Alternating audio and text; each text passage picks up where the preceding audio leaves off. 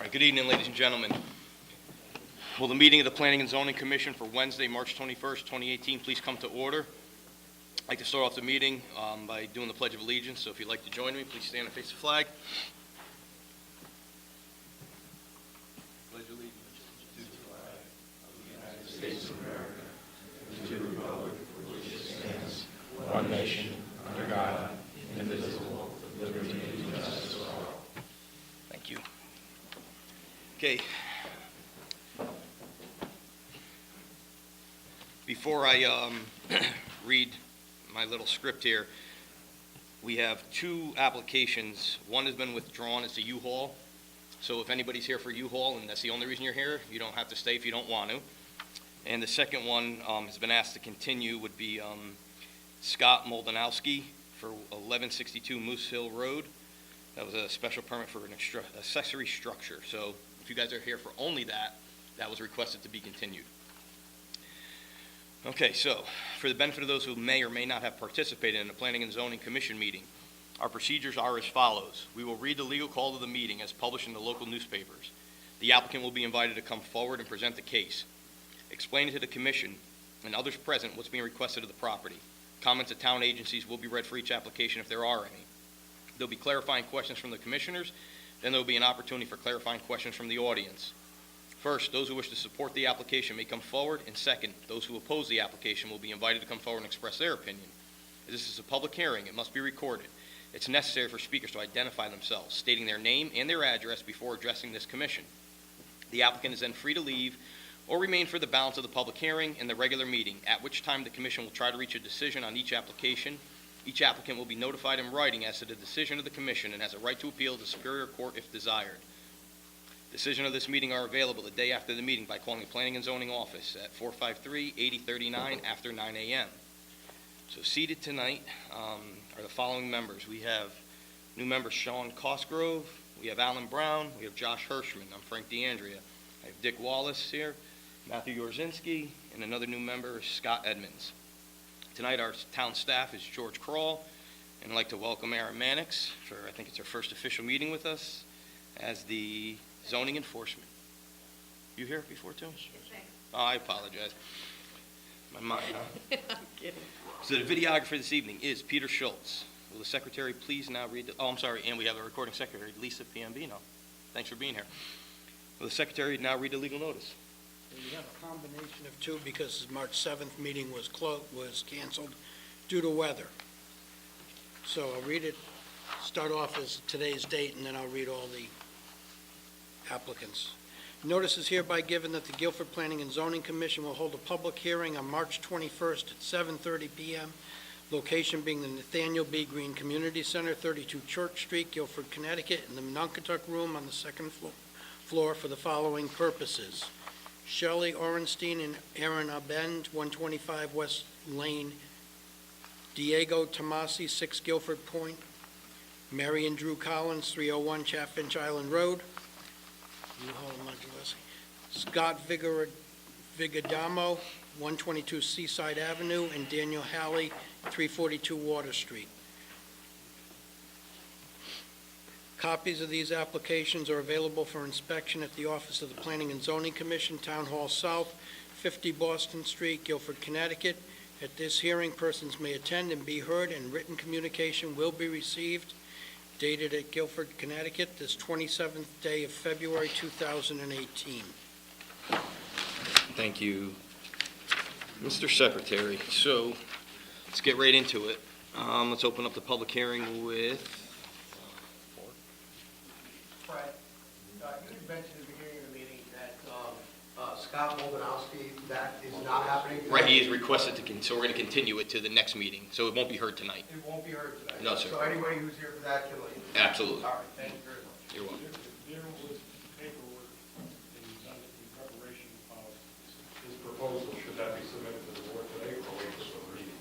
You could submit it today so we have it, but it'll be read for the public at the next meeting. But you can submit it tonight if you want to submit it. But it won't be read or taken any action tonight on it at all. If you want us to have it for the next couple of weeks to meander through, you can. If not, then you can wait for the next meeting as well. Can I submit it verbally? No. No. No, because we're not going to hear the meeting, so. I mean, if I submit it, could I read what I submit? No. No. Meeting. At the public hearing in 2 weeks, you can. At the next public hearing, not tonight. Because we're going to continue it, so there will be no discussion on it. Thank you very much. You're welcome. Sorry to interrupt. Not at all. So, I'm sorry, once again, I'm going to mispronounce this, but, DeBoer, I'm sorry. And I know you got me last time and told me it was very easy, so I apologize. No worries at all, no problem. I've gotten used to it after. And this is 34 years This on is the the second Sunday public Ocean. hearing on this. Good evening, my name's Balkia DeBoer, 73 Pepperbush Lane. This is the second hearing for the 125 Water Street space, with Mr. Pelosi as well. Following the last meeting, I guess now 4 weeks ago, I was in contact with Mr. Casey, representing Mr. Jelly, just to come to an agreement on the space following some of the questions that arose at the last meeting. So if it's all right, I'm just going to read through the points that were agreed upon, so in case there's any questions on that as well. As per the permit request and follow-up, the hours of operation for the space will be 9 a.m. to 5 p.m. Monday through Saturday, but those hours will be for, as described previously, in-person shopping by appointment, as well as the pop-up sales. And so the points that were kind of sticky on that was the number of pop-up sales that would be permitted, as well as the duration of those sales. So we've come to an agreement that the in-person shopping by appointment would be allowed on the premises no more than 2 customers at a time during that window of hours, 9 to 5, Monday through Saturday. And then the open to the public pop-up sales would be no more than twice monthly and would last no longer than 5 hours. And there will be absolutely no in-person shopping in the space on Sundays at all. I believe those were the primary points of agreement there, so. Any questions on that at all?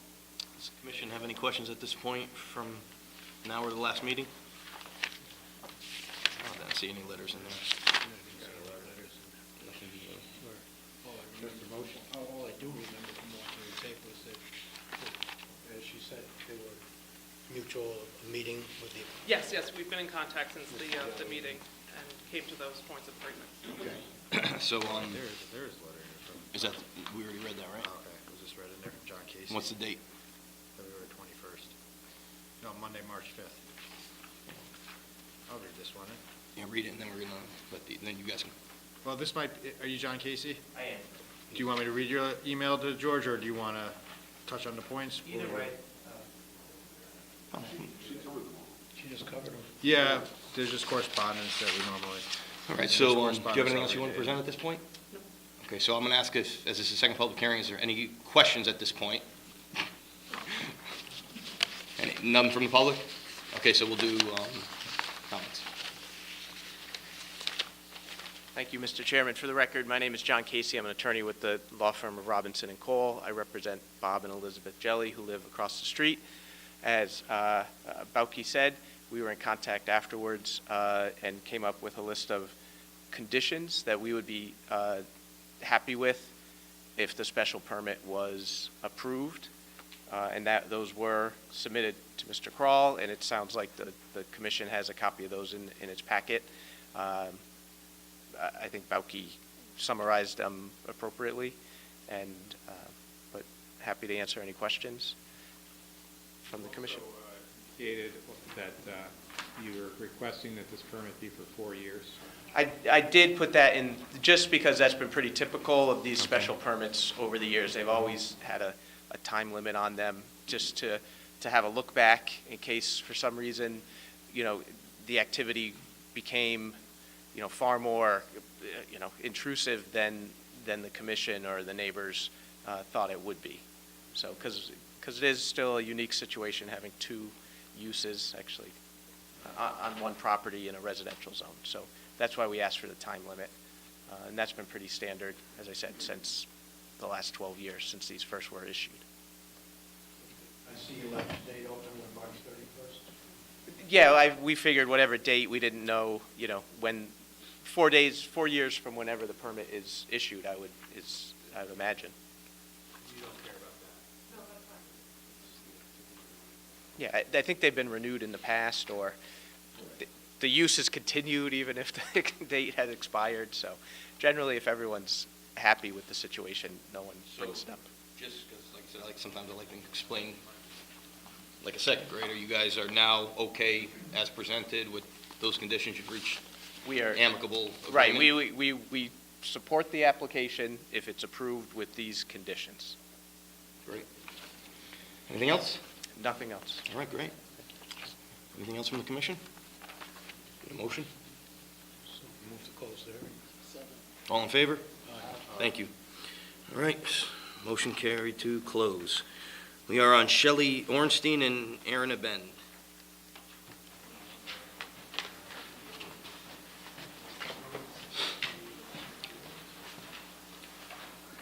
How you doing? Good. My name's Sean Langer from Langer Landscapes, representing Shelley and Aaron Ornstein. I'm going to be doing the grading work, everything for the plan. Believe you guys should have a copy of it. Just basically doing some grading around their backyard, putting in some permeable patios with some field stone, stepping stones, making a lawn area, doing some plantings. For the most part, that's what we're here to just get approved.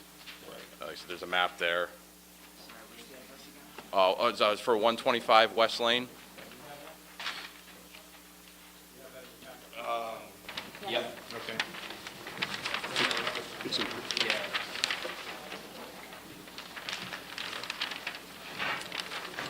If there's any questions, concerns. Let's see, is anybody, you guys are just getting a chance here. There should be a couple of big copies too that were submitted if anyone needs. I have a copy of myself. So the only thing I was wondering is, I wasn't clear, where are you stockpiling anything, and where is that going to be? We're not really stockpiling everything. If you see on the map, there's a area right behind the house that says new lawn area, or grading lawn area. It's like a 40 by 70 area, I believe. I don't have it right in front of me. That's just that we're going to be grading that up, bringing in some clean fill, putting some topsoil on and reseeding it. Nothing's really going to be stockpiled. We're taking a little bit of just, scrubby brush out. That's all going to be hauled away every day, and everything's going to be graded off, so nothing's really stockpiled at all. Did you see the letter from DEP or from our town planner? I saw the letter from town planner, I believe, from Kevin, requesting a few details that were changed on the map. I'm going to just read it. We got to read it anyway. Oh, okay, all right. Sit tight. Stated today, the information provided indicates that the property owner plans on conducting site work consisting of creating a level lawn area adjacent to the deck, installing a stone steps and a stone patio. The leveling of the lawn will require approximately 4 feet of fill to be placed on the north side. All work is located outside of the FEMA VE elevation 13 flood zone. The mitigation measures noted in the coastal area management application provide for erosion and sedimentation control measures that are designed to protect the adjacent coastal resources as long as they are properly installed and maintained. Carol Seismeski, environmental analyst with Connecticut Department of Energy and Environmental Protection, expressed concerns in her January 30th, 2018 letter to the Commission regarding the placement of fill and boulders within the FEMA V zone. A revised plan was submitted to Carol Seismeski showing that all work is being conducted outside the FEMA flood zone. No updated letters have been submitted to the Commission from Carol Seismeski. In order to make sure that the coastal resources are protected, I recommend the following conditions of approval. First, the Town of Guilford zoning enforcement officers should be notified to inspect the sedimentation and erosion control measures prior to the site construction. Soil stockpiles should be contained by silt fencing and/or hay bales. Soil erosion and sedimentation control measures shall be maintained until vegetation is established or suitable material is installed to the satisfaction of the zoning enforcement officer. And second, the FEMA flood line VE 13 be stake marked out prior to construction so that no work can be conducted waterward of the FEMA flood line. Do you have any problems with those two conditions? No, I have no problem. Okay.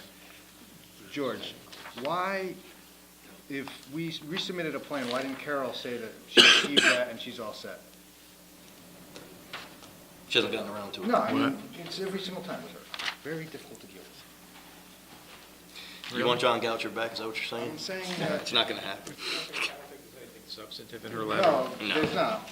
Are we required to read it? Well, it says it in her letter. I think you did last time, didn't We you? did? Yeah. It was here for the last. Oh, it was read in the letter, no, this is the Original first, meeting? yeah, this is the first hearing. No, yeah, this was a Oh, can. this is the We were first supposed one. to be on the 7th. All right, I'll read this Yeah. one. This is from Carol. Well, she cites to the statutes that she wants us to read it into.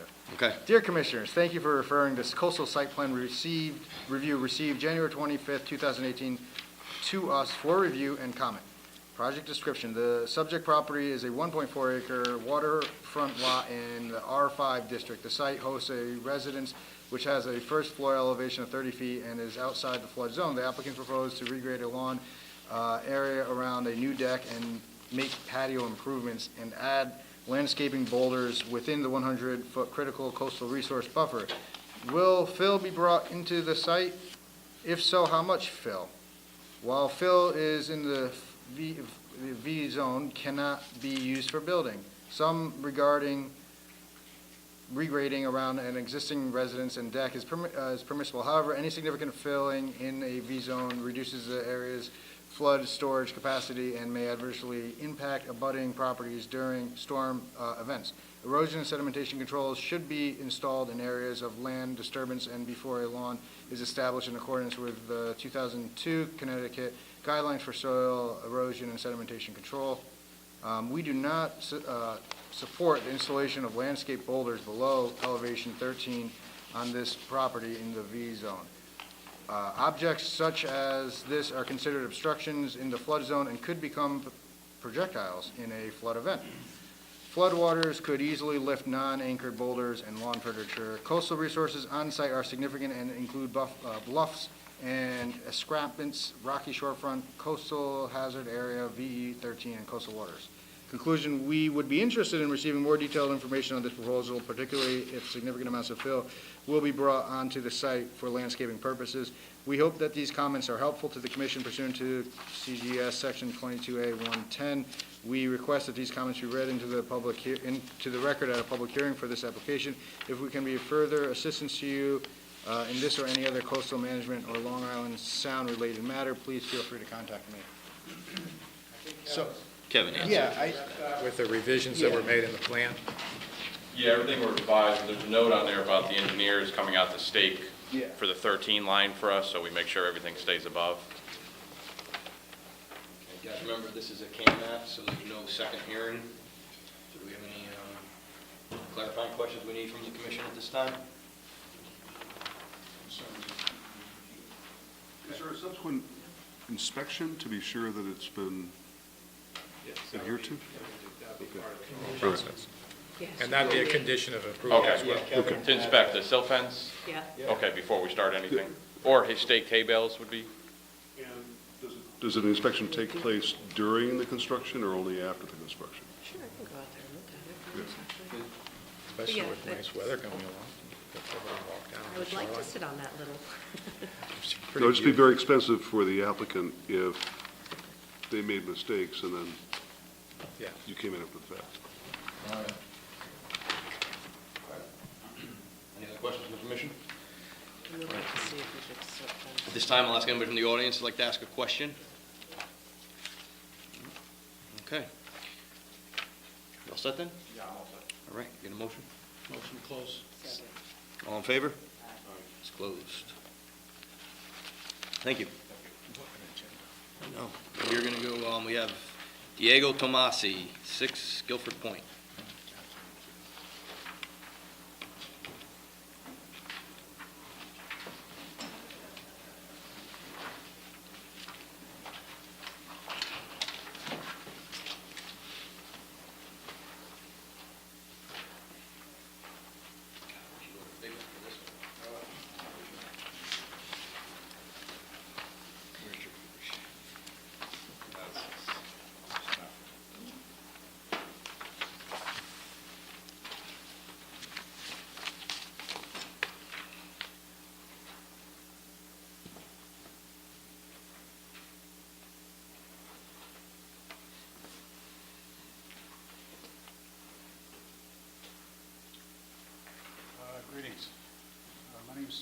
Terry. I'm an architect in Brantford.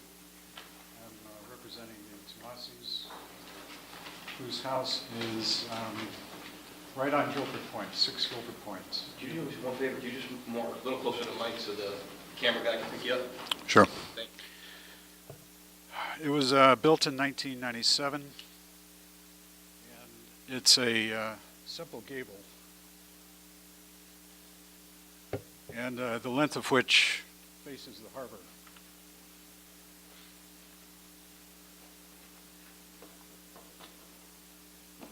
Which would be this facade.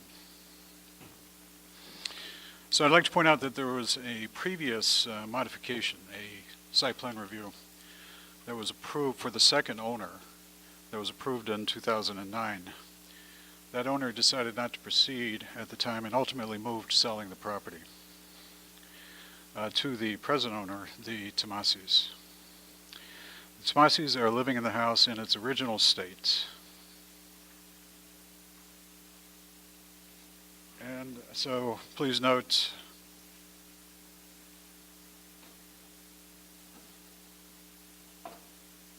there's a very flat entry facade across with a very minimal cantilevered canopy at the front door. That would be here. No visible means of support. There's a very simply shaped two-story porch, somewhat narrow in its projection from the house.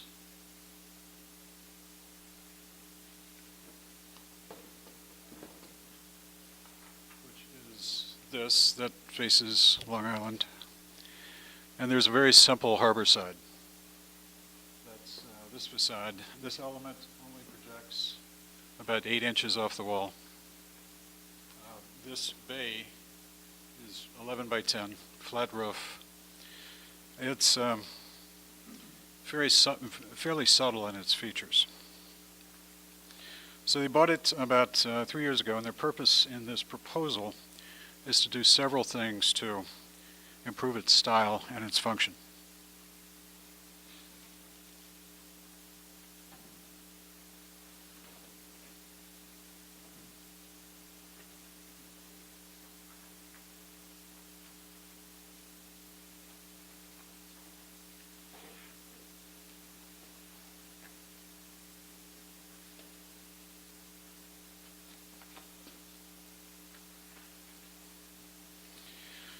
There would be a slight, very slight enlargement of the existing cantilevered front porch canopy.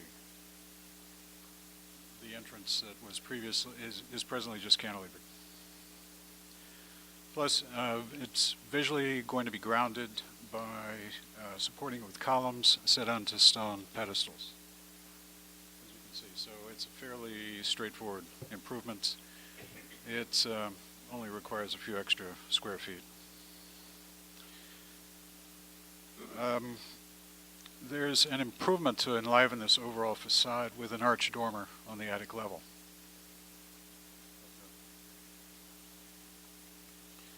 The improvement to the interior is coming about mainly with a slightly more spacious screen porch.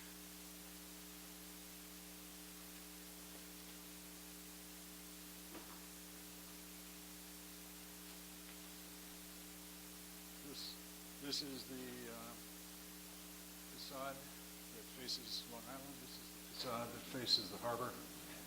This projection is presently about 11.5, and it would be going up to about 14.5. But it's a 3.5 foot increase in this distance. The width remains the same. It stays as a two-story porch. But there's an infusion of stronger design elements, such as the large shingle-wrapped columns set onto stone that support the second-story porch above. And then they also aspire to improve its public presence. It's right on the harbor. They want to give the harbor side facade a more distinct character.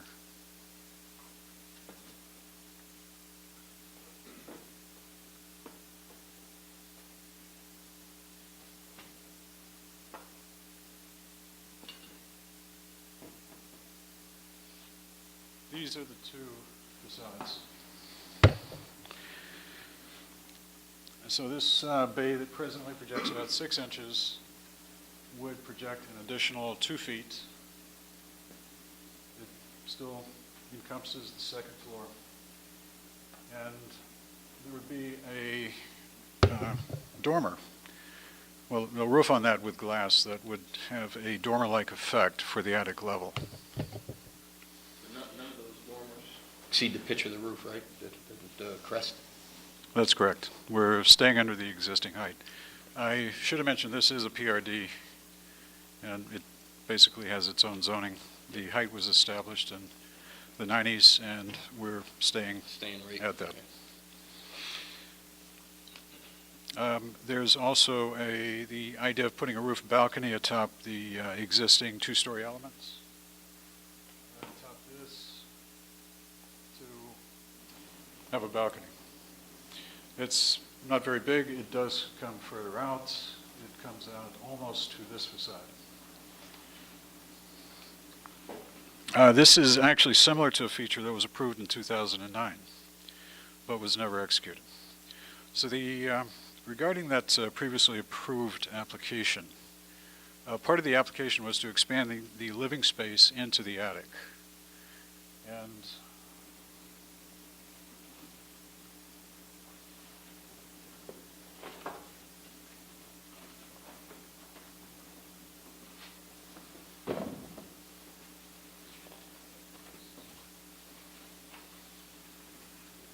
there's the plan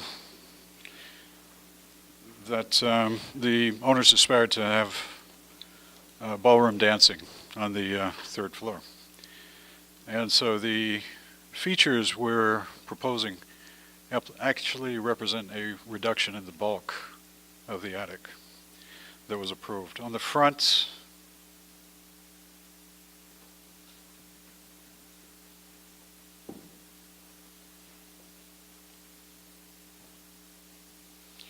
you can see the shape of this arch dormer is significantly less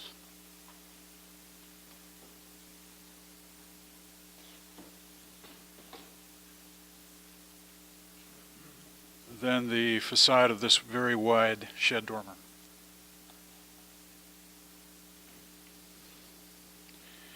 And on the harbor side,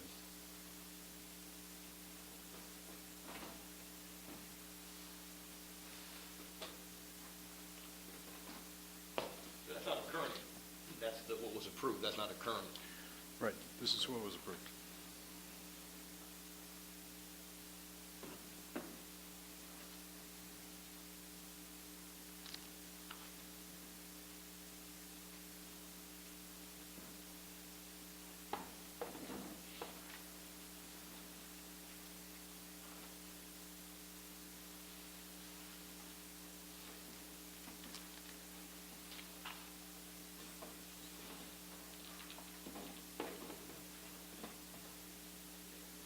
This is on the harbor side.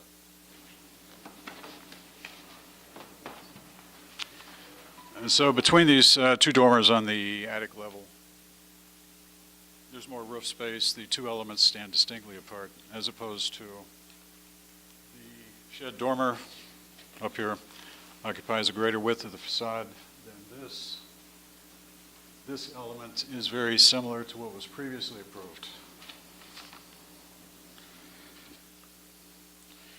So regarding the bulk of the entrance, there's little difference. The arch dormer on the entry side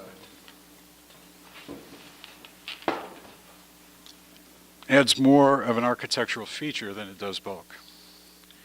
Regarding the porch, it's not a great increase in width to speak of. It's only about 3.5 feet in length. And the porch stays in proportion to the house and to the property.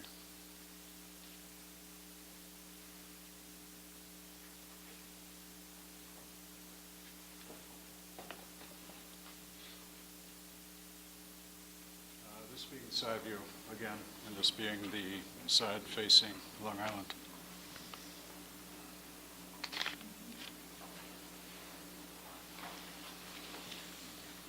And we're also presenting a CAM application.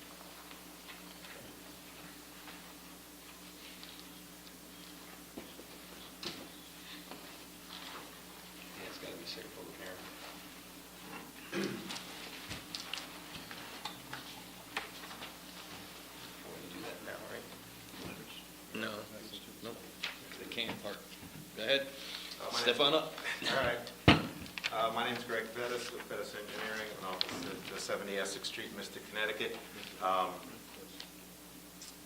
As Mr. Terry stated, there's three distinct kind of additions. So in plan view, this is basically just a colored rendering for ease of visibility.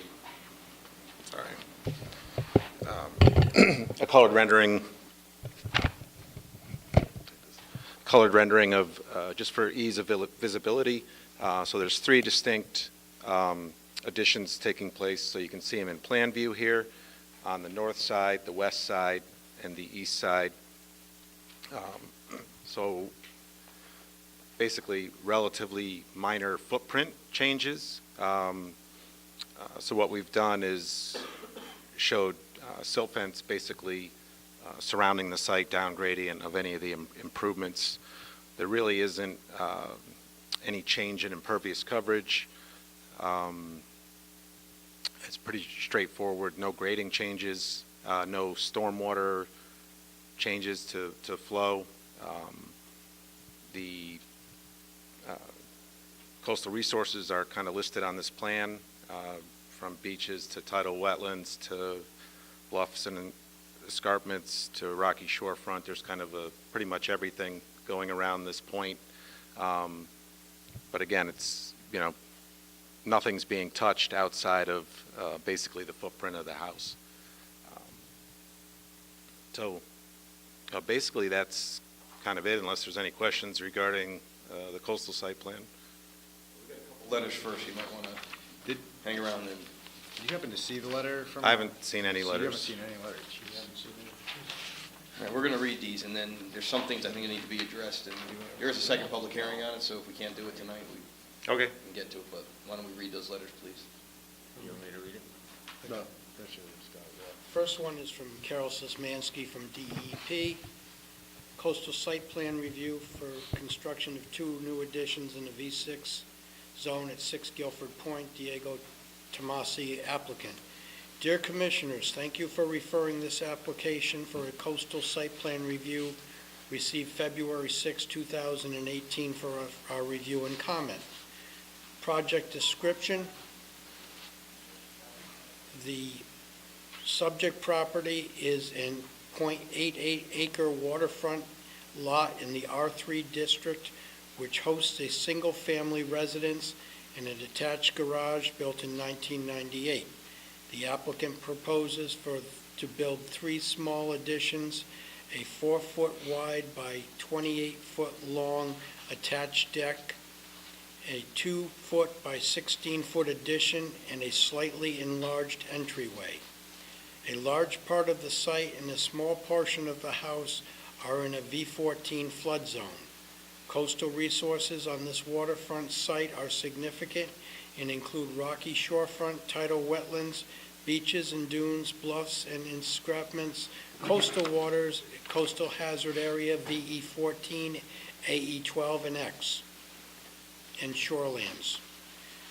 Coastal hazard area, the Connecticut Coastal Management Act, CCMA, requires the Commission to manage coastal hazard areas as to ensure that the development in a coastal flood hazard area proceeds in such a manner that risks to life and property are minimized. Connecticut General Statute Sections 22A-92, subsections B2 and F. The standard is more restrictive than the goal of FEMA under the National Flood Insurance Program, which is solely to protect the property. V zones are highly hazard coastal flooding zones, have predicted waves greater than 3 feet. The house was constructed partially in a VE14 flood zone. However, the first floor elevation was not constructed 1 foot above the base of the flood elevation of 15 feet, but instead at 13.65, which is a low base flood elevation. A portion of the proposed deck and the entire proposed addition, 2 foot wide by 16 foot long, are within the VE14 zone. No information has been provided on proposed first-floor elevations for these new structures. It is unclear whether the 2-foot wide by 16-foot long addition is a 1-story addition or a 2-story addition. The additions do not appear to be more than 50% of the value of the existing home. Therefore, we do not recommend raising the existing house above the base flood elevation in order to approve these additions. The plan identifies that a seawall along the western and southwestern portions of the property exceeds through DEP jurisdiction near elevation 2 feet. A review of the aerial photographs show that it has not been maintained and is in disrepair. So if the property owner ever wants to work on it, they would need to contact us first to discuss the potential permitting. In additional considerations, no first floor elevation has been provided for the new additions. It is unclear whether the additions, other than the deck, are 1-story or 2-story additions, and the existing propane tank enclosure is located in the V zone. We recommend that the enclosure and propane tanks themselves be anchored in place or entirely relocated out of the V zone. All right. Josh, how about one from- There's another page. Since the proposed construction will likely include soil disturbance, S&E controls should be installed before any site disturbance. The on-site installed rocky berm was present on 1986 aerial photographs, and therefore may be retained without further action by the property owner. However, in the future, the property owner should be aware that due to the close proximity of the rocky berm to flag tidal wetlands, a permit from this office may be required for any repair, work, or modification to the rocky berm areas, such as the addition of rock, the resetting of rock, etc. Conclusion, we hope these comments are helpful to the commission pursuant to CGS section 22A-110. We request these comments be read into the record at a public hearing for this application. If we can be of further assistance to this or any other coastal management or Long Island Sound related matter, please feel free to contact me, Carol Seismecki. So there's a lot here. Did you follow any of it? And she talked a little bit about a possible violation. Is that a real issue right now?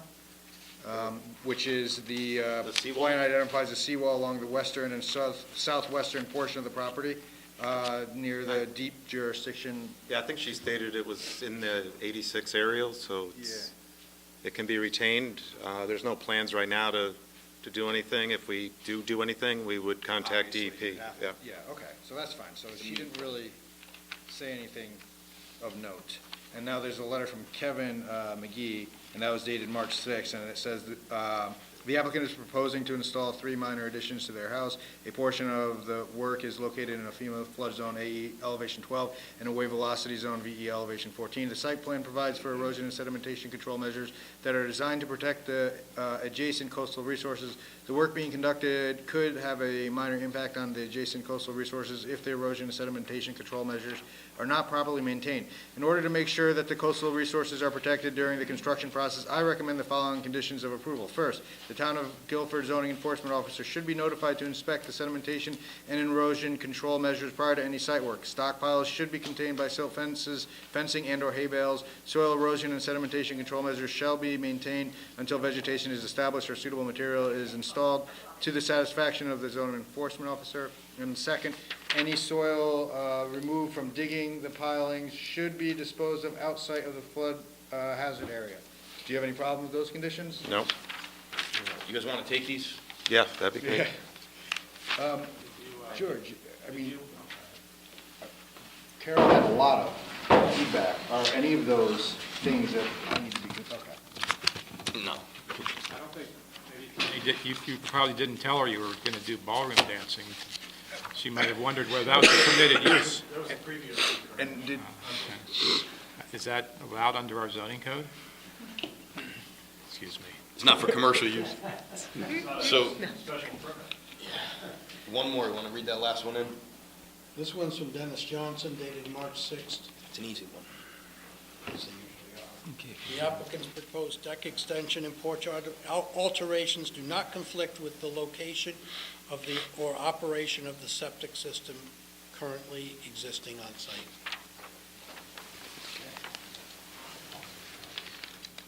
So, this goes to second hearing. Yeah, it's going to go. Well, the Any other, we need more clarifying questions? Josh, you got anything? No, not for me. It's a minor change from the plans that have already been approved. That's what I'm gathering from it. It's pretty minor. Yeah. I mean, there's actually less work on the attic level. Maybe it presents a little more architectural feature to the harbor, but I think that's a good thing. The house presently suffers from being overly bland, and it's not quite up to the property it sits on. And at the same time, I think that these additional features are fairly modest.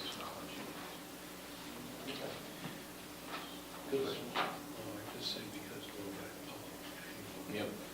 This is going to be continued. Do they have any problem with can't stand with it? We don't have a motion here. This is because it's a PRD. It's a special permit use, so the changes trigger a special permit revision, which requires the second public hearing. Got it. Any other questions from the commission? Any questions from the audience at this time? Anybody like to speak in favor? Against? I'll move to continue the public hearing Two? to March, April, I don't know, what's it? April 4th. Yep, 4/4/18. All in favor? Aye. Thank you, gentlemen. Okay, Mary and Drew Collins, 301 Chatfinch Island Road.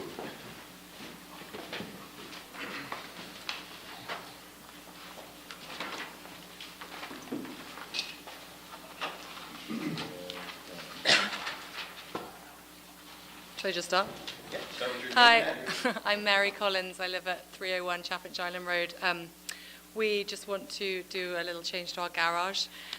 We've got two designs in mind for it. I'm going to show you them both, obviously.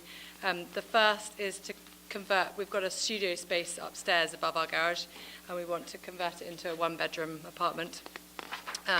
This is our garage. It's lovely. This is one of the facades looking out to sea. These are the existing plans of the garage, which I think you've all got with you. As you can see from the existing garage plans, there's already a half bath and a sink outside the bathroom, which she used for her artist paintbrushes. So we just want to add a little kitchen to the current office downstairs and a shower, which is proposed here on the proposed garage plans.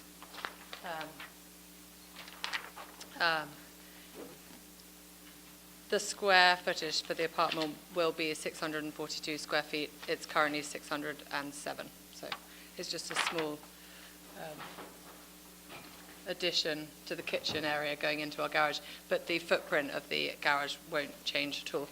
It's worth noting the garage is far away from all property lines, which you can see. Our house is here, here's our garage, and this is all our marshland property, so nothing, no other buildings would be affected by it. And we have plenty of adequate parking for it, which I know is something we need to consider.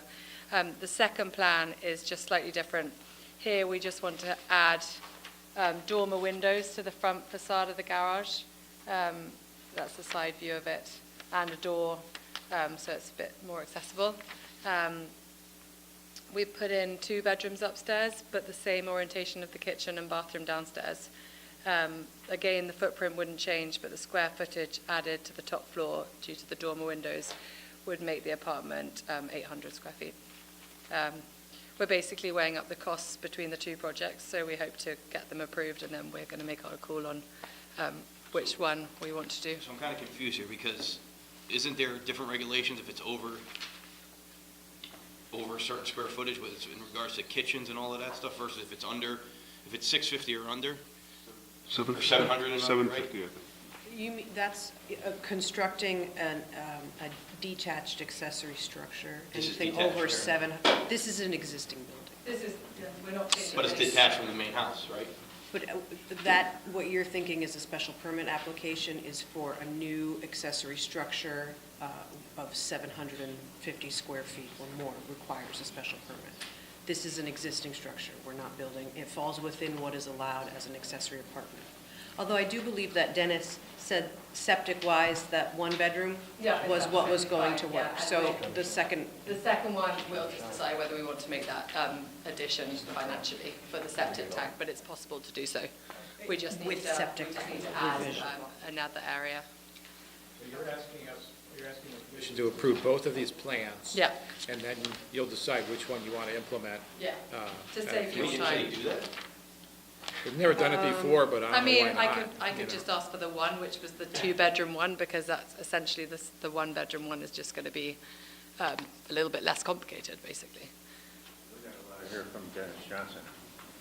Read that. I don't have the two-bedroom. A review of the application, existing leaching system designed to reveal that it's in current size to recommended, i.e. 5-bedroom design flow. The proposed 1-bedroom apartment classified as a multifamily flow, together with the existing 4-bedroom house, will not conflict with operating and location of the septic system on the current site.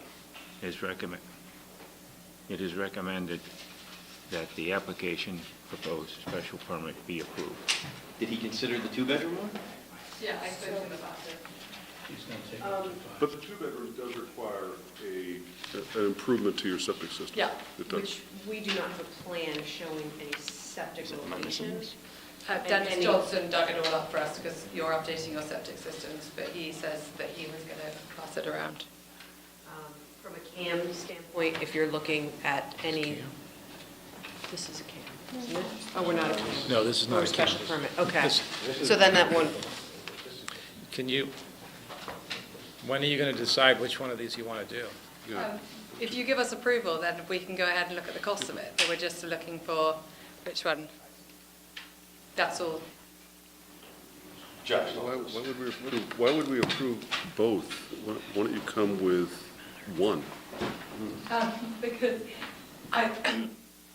we want to look into the prospect of doing two and then work out if it's financially viable.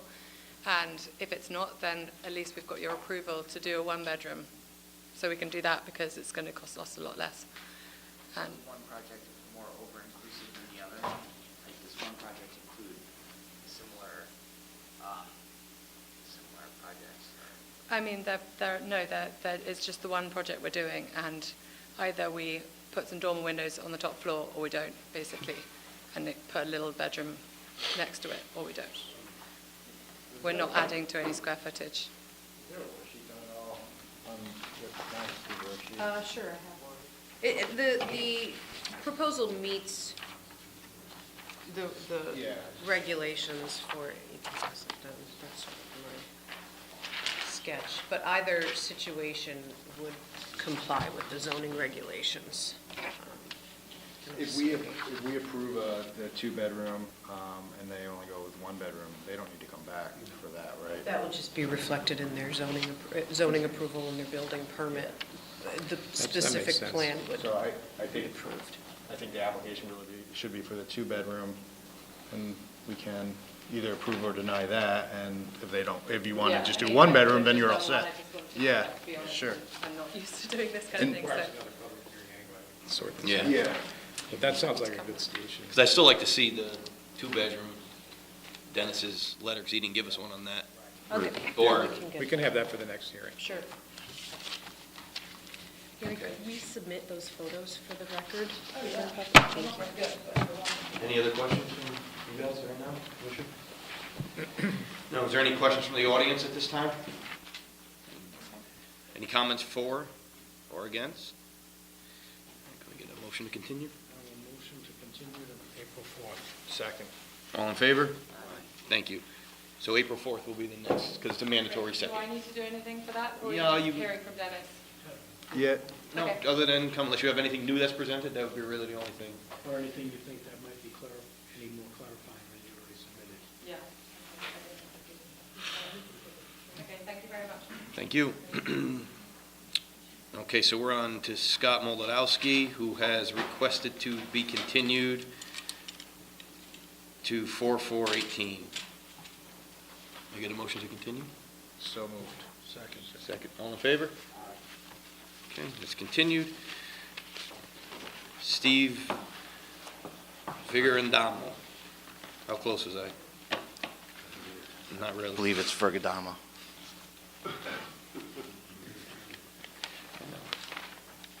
Floor is yours, sir. I'm Jim Preddy with Criscolo Engineering in Branford, 122 Seaside Avenue on the east side of Seaside Avenue. On the east side of the lot is a tidal ditch. There's an existing single-family home highlighted here in yellow that was built around 1900, tucked up close to the road in this corner of the lot. Behind the house is an existing septic tank and a septic system that's failing. The proposal before you is to do a code-complying septic repair as far away from the tidal ditch as we can in the highest part of the lot.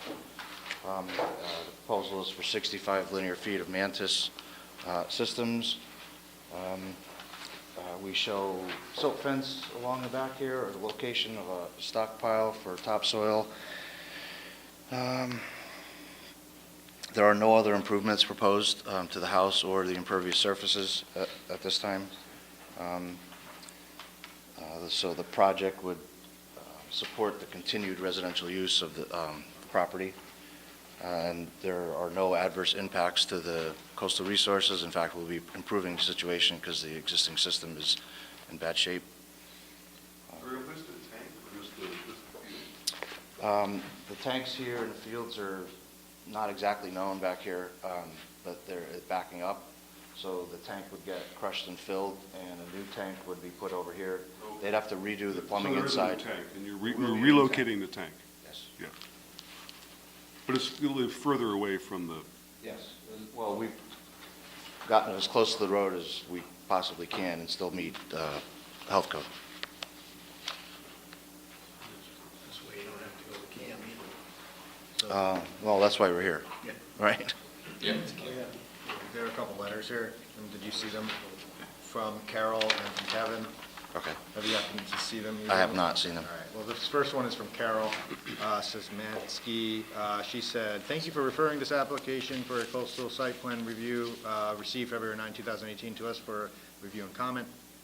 Project description. The subject property is a .34 acre waterfront lot in the R3 district which hosts a single-family residence and septic system. The applicant proposes to discontinue the existing septic system and install a new septic system. Coastal resources on this waterfront site include tidal wetlands and coastal hazard area AE 12 coastal hazard areas. The site is entirely in the AE flood zone, which means floodwaters will slowly rise and inundate the site. The new septic system should be construed so as to meet all the requirements of the local sanitary. Silt fencing should be in place before any site disturbance begins. Conclusion, we hope these comments are helpful to the commission pursuant to the Connecticut General Statute 22A 110. We request that these comments be read into the record at a public hearing for this application. If we can be of further assistance, please contact me at Carol Szymanski. And then there's one more letter from Kevin.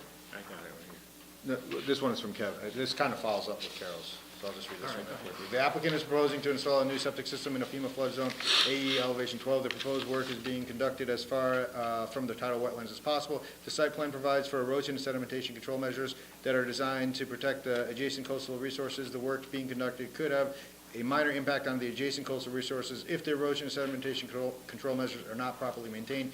In order to make sure the coastal resources are protected during and after the construction process, I recommend the following conditions of approval. First, the Town of Guilford zoning enforcement officer should be notified to inspect the sedimentation and erosion control measures prior to any site work. Stockpiles should be contained by silt fencing and/or hay bale soil.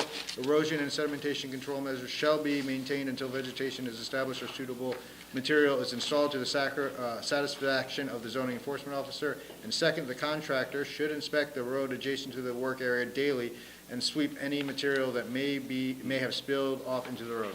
Do you have a problem with either of those? Great. We got this one. No, you can go ahead. Dennis Johnson, Director of Health. The application proposed the septic system replacement plan prepared by Crystal Engineering dated 1/23/18 has been reviewed and approved by the Health Department. According to the soil test results, the area designated for the septic system replacement is in most suitable location, leaching fields construction.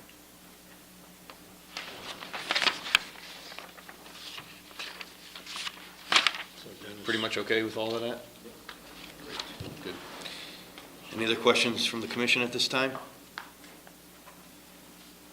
Any questions from the public at this time? Anybody, this is not going to go to a second public hearing, so anybody have any comments for? Against? Okay. Move to close the public session. All in favor? All right, thank you. Danielle Halley, 342 Water Street.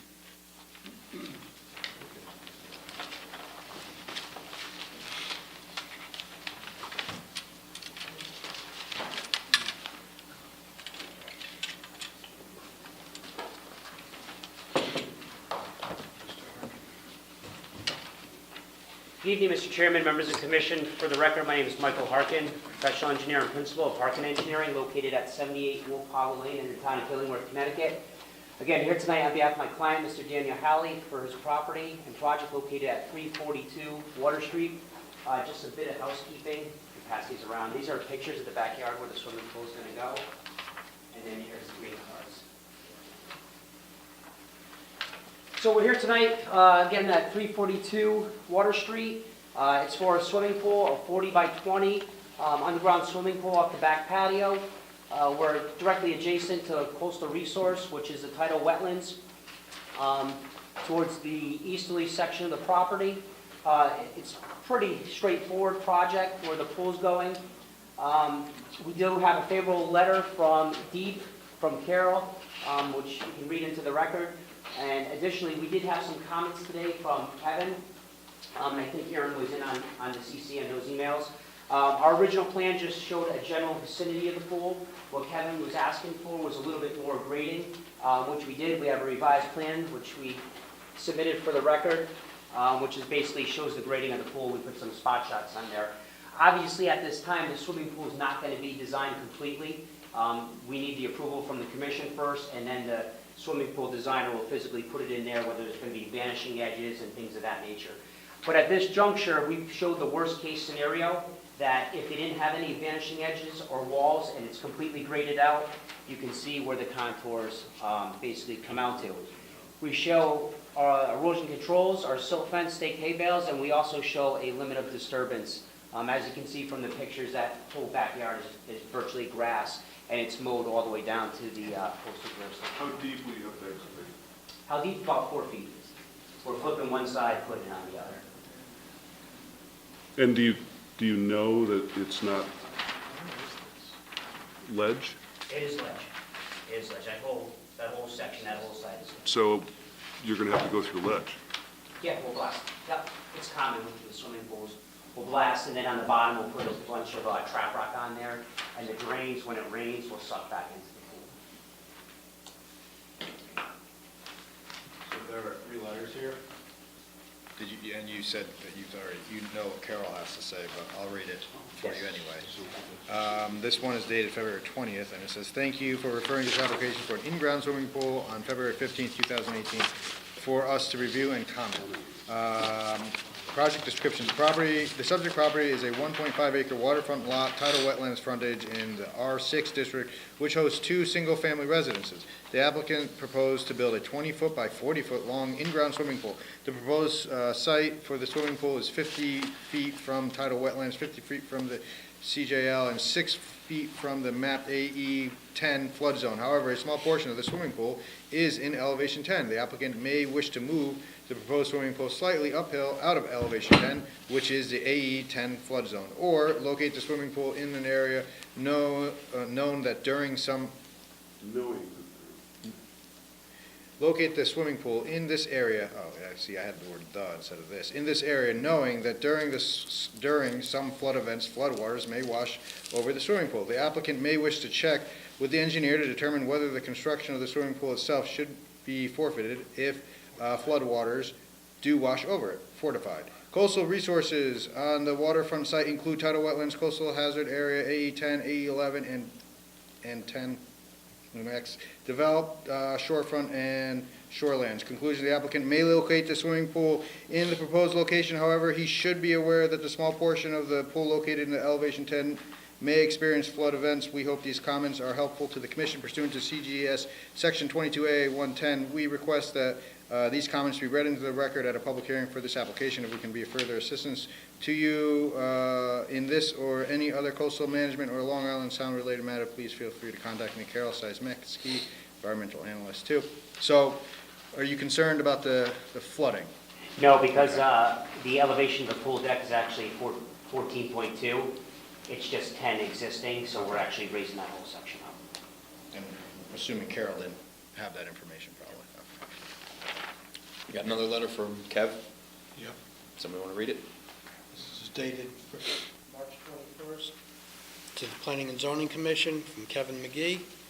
Reason, coastal area management application, 342 Water Street, Guilford, Connecticut. Assessors map 27 lot 1.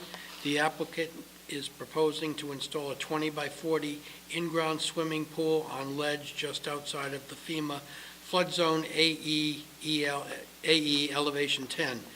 The current plans do not provide information on the elevation of the top of the pool, locations of any walkways, the relocation of the existing rain garden and site grading required to install the pool on the existing slope. The coastal resources of concern are the tidal wetlands. The mitigating measures noted in the site plan provide for erosion and sedimentation control measures that are designed to protect the adjacent coastal resources as long as they are properly installed and maintained. The Connecticut DEP regulates the discharge of pool water and requires pool contractors to be registered under the special permit of discharge of swimming pool wastewater. The general permit provides standards that contractors must follow while working on pools, which include limits on chemicals being discharged and the requirement to discharge to the subsurface infiltration system. In order to make sure that the coastal resources are protected, I recommend the following conditions of approval. 1, the plan be updated to show the extent of grading necessary to install the in-ground pool. 2, the Guilford zoning enforcement officer should be notified to inspect sedimentation and erosion control measures prior to site construction. Soil stockpiles should be contained by silt fencing and/or hay bales. Soil erosion and sedimentation control measures shall be maintained until vegetation is established or suitable material is installed to the satisfaction of the zoning enforcement officer. All discharges from the swimming pool be discharged in accordance to the latest version of the Connecticut Deep General Permit for discharge of swimming pool wastewater.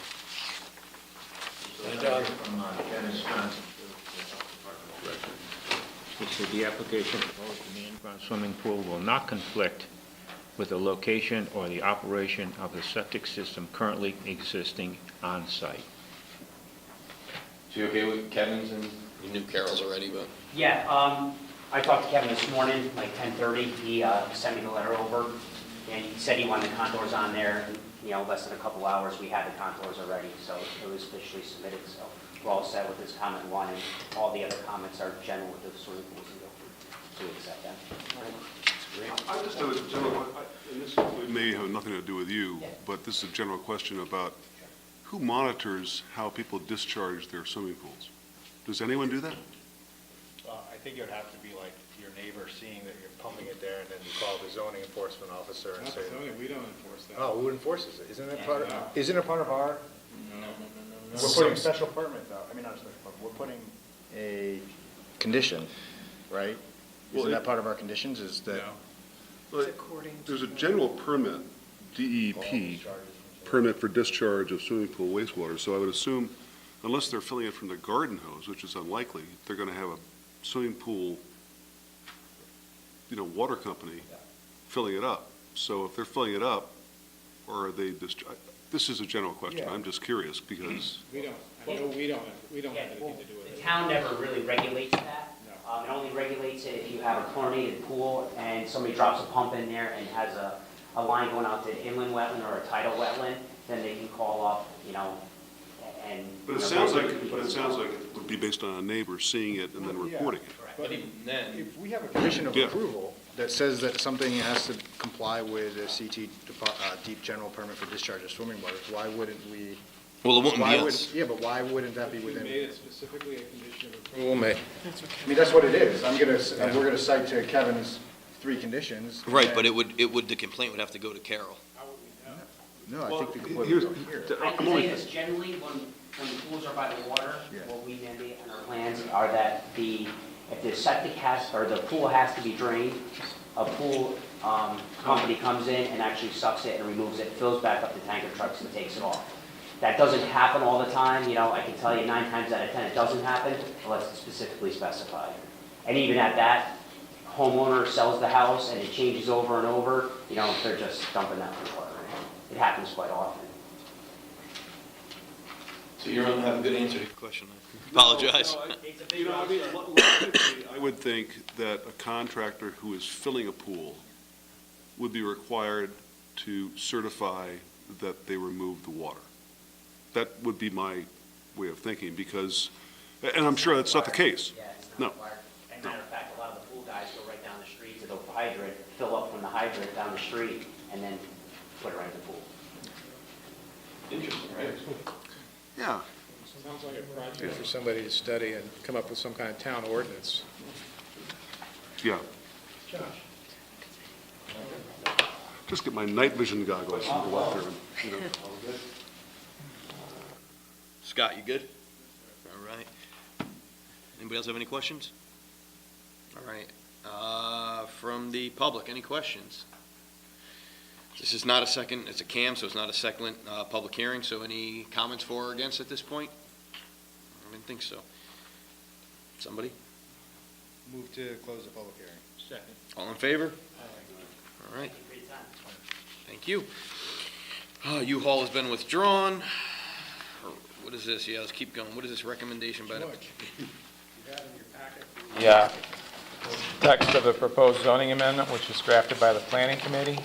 This is really a follow-up to the amendments that were proposed by the planning committee and approved a number of months ago with regard to various aspects of regulating new development in flood hazard areas, kind of a follow-up to the coastal area management planning that we did a number of years ago. One of the things that we did not do as part of those recommendations that were made a number of months ago related mostly to height and measurement of height, if you recall those amendments. One of the things we did not do was provide any relief for homeowners who want to raise their homes to be compliant with the town's floodplain management ordinance when those homes are, when the structure, the building, the house is non-conforming typically with regard to setback. So that if your house is non-conforming with regard to setback and you want to bring it into compliance with the floodplain management ordinance by raising the house, you can't do that without variances from the setback requirements of the zoning code. So what this provision would do is if you adopted it, it would allow a homeowner to raise their building to the extent required to comply with the floodplain management ordinance without the need to obtain a variance. To comply with the setback requirements of Right. today. We're assuming the building is non-conforming with regard to setbacks, or one of the setbacks, and you want to elevate the building, which our floodplain management ordinance recommends that you do in order to be protected from storms. In the past, applicants who, in that situation, would have to obtain a variance, which they would usually be granted because they're complying with the floodplain management ordinance and protecting their property. This would relieve them of the obligation to obtain a variance. It would, in effect, waive the setback requirements in order to allow this improvement. The improvement would have to be certified by a civil engineer or other qualified professional that the proposed alterations are no greater or more extensive than the minimum required to comply with the floodplain management ordinance. They would also have to comply with the height limitations of the zoning code. If they can't comply with that, then they would have to obtain a variance or apply for a variance with regard to height. So unfortunately, Russ Campaign, who you know is the architect, chairman of the planning committee, couldn't be here tonight. But as you know, we'll have another public hearing on this topic. But I did want to introduce it to you, and if you have questions that might be more technical in nature relating to architecture, Russ will be at our next meeting. This is a change to our zoning code? Correct. Carol had something to say about that? Yes, I think she has a comment in your packet about it. Do you want to read it? No, I don't think we have to read it. She likes it. I'm happy she likes it. Well, you should read it. Does anybody have any questions for George? Pretty straightforward from what we talked about. We good? Move to continue to April. Second. Do we have the public talk at all? No, I don't know, well, we can, I guess. but- Anybody from the public would like to ask a question about the amendments? Okay. I got a motion. Yeah, I'll Who's second? I second it. All in favor? All right. Thanks, George. Yeah, Pete, how much time we got? No, we're good. We'll get through. All right. Get an approval to revise the agenda? So moved. Second. All in favor? Okay, let's deliberate. Take them from the top. Was it Agony? Oki DeBoer first. Go ahead. Voted that the Guilford Planning and Zoning Commission approve a special permit change in a non-conforming use for an internet child toddler consignment store at 125, 129 Water Street, map 32, lot 7, as described in an application dated 1/24/18. This application is approved with the following conditions. The hours of operation shall be 9 to 5, Monday through Saturday. 2, in-person shopping by customers is allowed on the premises by appointment only, with no more than 2 customers at a time. 3, the premises may be open to the general public for in-person shopping with no limit on the number of shoppers other than what is permitted by life safety codes up to 2 times per month. These open shopping periods may only take place during the regular hours of operations and may only last for a maximum of 5 hours. There will be no shopping on Sundays. The application is based on a finding that the proposed activity does not constitute an expansion of a non-conforming use and will have no adverse effect on the neighborhood. The special permit is approved for 4 years and expires on March 31st, 2022. The special permit is effective March 16th, 2018, well, probably in March 22nd, tomorrow, upon filing with the town clerk. Yeah. It's Friday of the newspaper, when the newspaper is published, which would be a week from this Friday, whatever that date is. The 30th. 30th, yeah. Yeah. That's right. Just for the,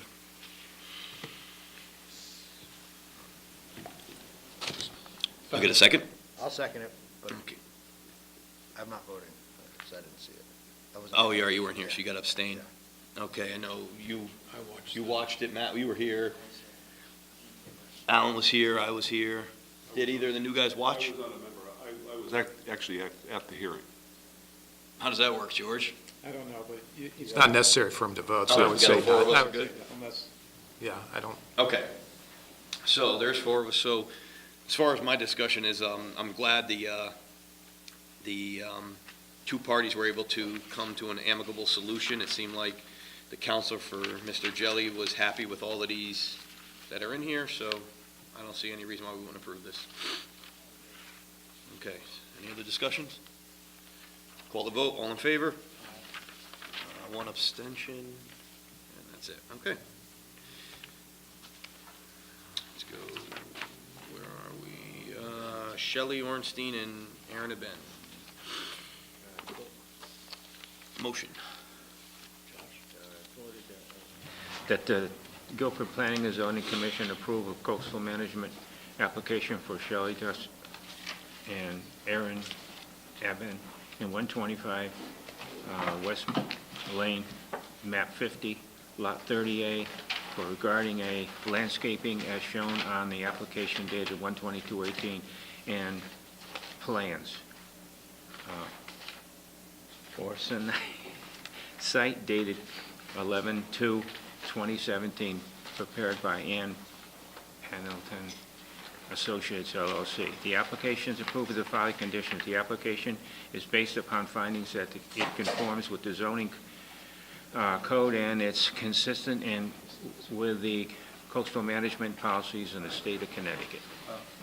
Can we just incorporate Kevin's conditions from his letter dated on March 20th, 2018, and then I'll second for the conditions of approval? So just say, the letter dated March 20th. The date? March 20th. The letter by Kevin McGee, March 20th, 2018, be added into this. His conditions. To the conditions. Second it. Okay, I mean, this is pretty straightforward. We're putting Kevin's conditions in there. That makes me happy. Any other discussion? Okay, hearing none, I'll call for a vote. All in favor? Aye. Abstaining or opposing? We are at, let's see, Steve Vergadamo. All right, voted that the Guilford Planning and Zoning Commission approve a coastal area management application for removal and replacement of septic system for Steve Vergadamo, 122 Seaside Avenue, map 24, lot 5, as shown on a septic system replacement plan, property located at number 122 Seaside Avenue, 3 sheets prepared by Criscolo Engineering, dated 1/23/18. This application is approved with the following conditions to incorporate Kevin's conditions on his letter dated March 20th, 2018. This application is approved based upon a finding that it conforms with the zoning code and is consistent with the coastal management policies of the state of Connecticut. Second. Okay, any discussion on this one? It's pretty straightforward. Yeah, he's improving the site, Yep. making it more environmentally friendly. All good? Okay. All in favor? Aye. Any abstainer? Okay. Daniel Halley. Voted that the Guilford Planning and Zoning Commission approve a coastal area management application for Daniel Halley, 342 Water Street, map 27, lot 1, for an in-ground ground pool as shown on application dated 1/30/18, and a coastal area management site plan swimming pool dated 1/30/18, prepared by Harkin Engineering LLC. This application is approved with the conditions posted by environmental planner, Mr. McGee. We had a revised site plan, so it would be dated today on that motion. So we changed that to 3/21. 3/21/18. This application is based upon a finding that it conforms with the zoning code and is consistent with the coastal area management policies of the state of Connecticut. Second. Okay, discussion on this one? Once again, kind of straightforward. Kevin's things were met, revised, he's happy. Sean, you good? Good. All right. Call a vote, all in favor? Me saying no or abstaining? All right. Okay, applications to be received. We have Dennis and Tracy McGinley at 17 River Street, map 32, lot 26, zone R3, special permit for construction of a 24 by 36-inch barn, 273-19. Receiving set public hearing for 5/2/18, to be continued to 5/16 for a mandatory second public hearing. Second. All in favor? William Ghazi, 601 Westlake Avenue, Lot 2, map 89, lot 14-2, zone R7, special permit accessory apartment, construction of approximately 750 square foot accessory apartment to a single-family new construction home, 273-19, receiving set public hearing for 4/4/18, to be continued to 4/18/18. Second. All in favor? U-Haul, 301 Boston Post Road, map 49, lot 30 and 31, zone TS, special permit and site plan, motor vehicle rental and self-storage facility, and special permit, change of nonconformity pursuant to section 273-13C, 273-19, 273-97, receive and set a public hearing for 4/4 and to be 18, to be continued to 4/18/18. Second. All in favor? John P. Matthews, 17 Whitfield Street, map 39, lot 101, zone R1, special permit request to change from a nonconforming use, a reading room, to another nonconforming use, retail, pursuant to section 273-13C, 273-19. Receive and set a public hearing for 4/18/18 to be continued to 5/2/18. Second. All in favor? Okay, we got some cams. Baldwin and Baldwin LLC.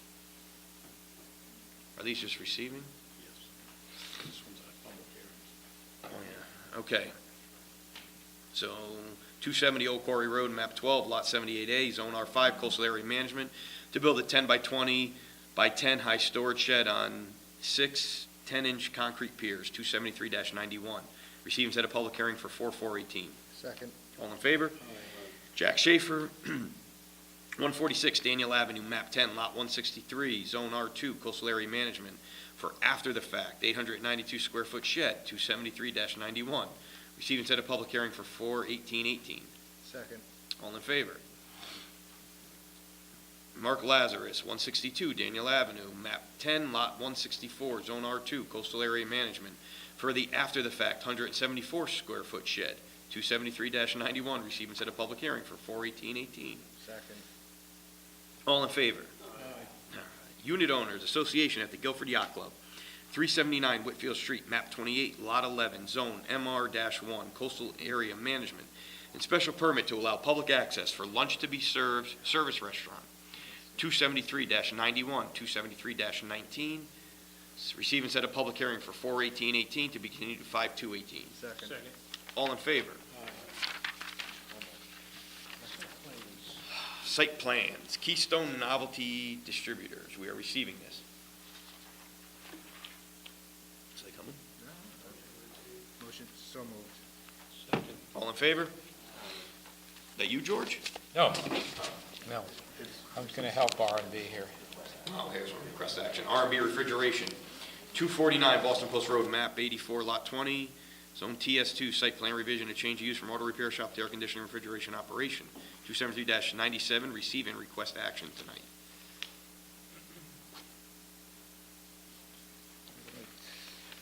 I knew it was a guy with the train shirt on. Russell Amato, 23 West Pond Road, North Branford. And Brian McKenzie, 413 Old Whitfield, Guilford. Love to know what you want. We're heating and air conditioning contractors. We'd like to move our operation to 2549 Boston Post Road. West End, Old London, West End Auto, correct. This is a request for a change of use from the former auto repair place to office and storage for the refrigeration, heating, and ventilating contractor business. There's no physical improvements proposed from the site. The applicant did go to the design review committee to discuss the possibilities about improving the frontage of the property. You're probably familiar with the site. I think there's a pretty good picture of it.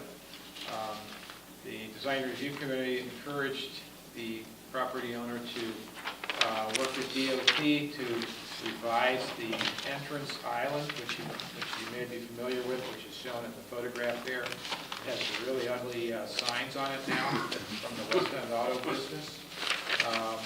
The Design Review Committee also encouraged the applicant to remove the existing signs, which I'm sure they have every intention of doing, and also develop a new sign plan, which they will, I believe, do, assuming they want to have some kind of sign. And they'll have to work with Aaron and the Design Review Subcommittee on coming up with a sign plan. But no physical improvements proposed now. Hopefully the applicant will work with DOT to try to close off one of the entrances to the driveway that's there now. But that'll require some work with DOT because it's all within the state highway right away. It should be a significant improvement in the aesthetics of that property once those ugly signs are removed. But that's pretty much the situation. What do you feel about those signs again? I wasn't clear. So, this is an approved use, right? It's a change, and it's also a lesser. It's a lesser, right? I'd like to add, we've been on Graves Avenue for over 30 years with no complaints and neighbor friendly. Very, very nice. They're in a non-conforming location right now in a residential zone. They've been there for a long time, and they've been relatively good neighbors, but it's still a non-conforming use, so they're eliminating that and moving into a commercial zone. Any other questions or discussion here? Do any of your equipment that you repair, do you do it on site? Do you bring it back and repair it, or you just do it out? We might bring a blower assembly back and change the motor on site, but not really. No. Most of our work is we No, go no. to the job site and Yeah. repair this, or install the equipment on the job You site. know. It's really just storage. Plenty of room to do any Yeah, outside yeah. equipment Yeah, there's, at yeah. shop. Right. Yeah. What I was getting at is, do you, say you had a piece of equipment you went out to repair, and it was unrepairable, and you replaced it, and you have to take the unit, whatever you have, back to your shop, do you put it behind the shop until you get around bringing it to the salvage dump? Correct. Okay, yeah, there's You actually will. a scrap guy comes We every have weekend somebody who who picks comes it up. every week and cleans out all the scrap at no cost to us. He just picks up some beer money, whatever he gets for the scrap. Would that be a variety of pieces in the back there that would be stacked up, waiting to Could go be, to? could be furnaces, could be air conditioning units, it could be whatever we But would. the pickup is weekly. Yes. Yes. And it's stored well behind the building, you can't see any of it. There's actually a little shed back there that's put in. But it will be removed within a week? Yes, he Every week. comes every weekend, yeah. Yeah. That's better than all the cars that used to be there anyhow. Oh, yeah. How many trucks do you guys have? 12. Three of which stay overnight, Just the rest three. go home. The rest of the guys take home. Yeah. And that And those are part That of can the be, pack. that can change depending on how many employees. That can change to 2 or 1 or, hopefully it doesn't go more than 3. Alan, you good? Well, the thing that I'm worried about is, I've seen, I don't know these guys, I don't know your business, but I've seen where people have businesses that say sell refrigerators, repair them or whatever, and they'll stack them up in the back of their store till they get around to going, which could be a month, 2 months later, you could have 30 pieces back there. We have 10 active employees plus us, and it's just not, it's not worth our time to scrap them ourselves. So we have a list of guys that would love to do it, but we have one guy that's been doing it for 15 years. So you get it out of there right away, is what you're saying? Even on Graves Avenue, we used to bring the equipment back to Graves Avenue, and it was gone every weekend. He would come in and take it all away. The reason I say that is because I have a situation. Oh. As a matter of fact, if we didn't put it behind the back of the building, it would be going faster. Right. Believe me, there'll be plenty of people that want it. It just isn't worth our trouble or time.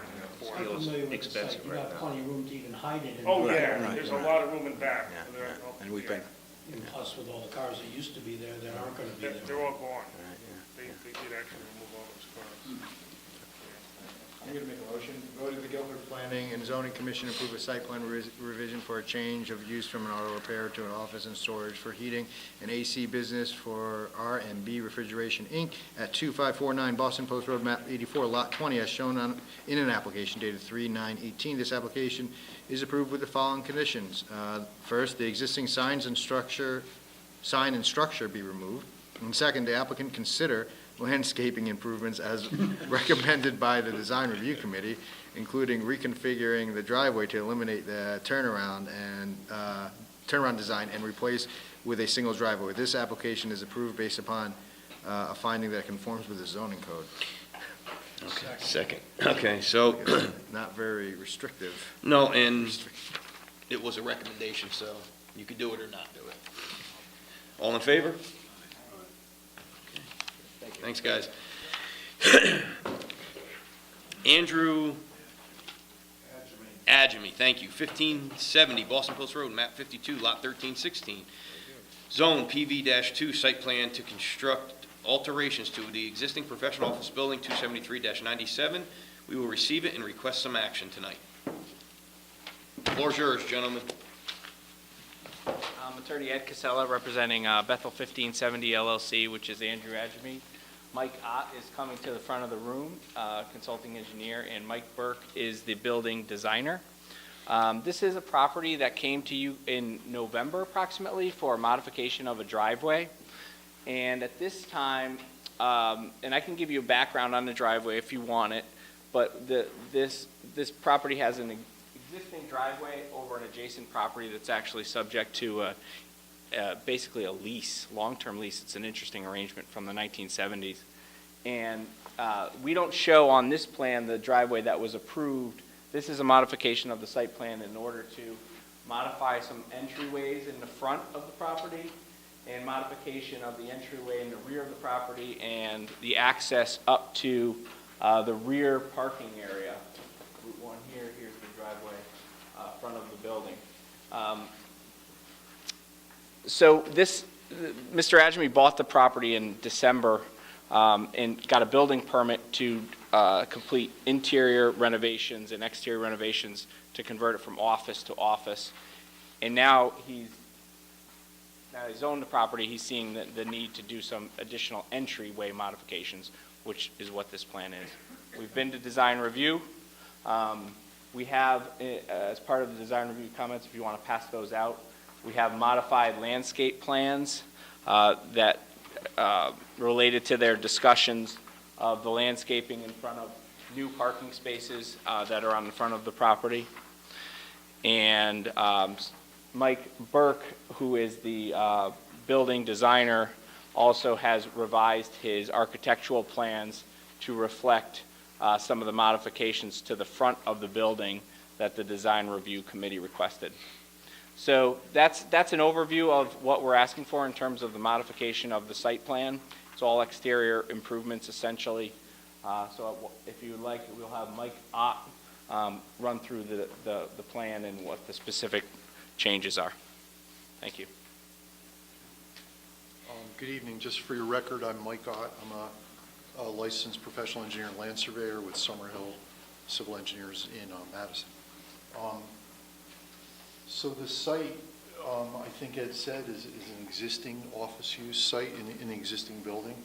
The site is 14 to 15 feet above Route 1. Are you all familiar? The old wire journal. You actually can see it now that you cleared some of the trees. Exactly, yeah. So I think the Wire Journal Inc.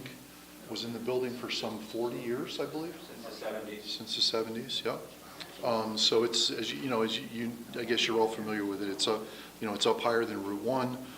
The driveway is relatively steep. If you've been up in there, the parking lot in the rear is relatively steep also as it parallels the building.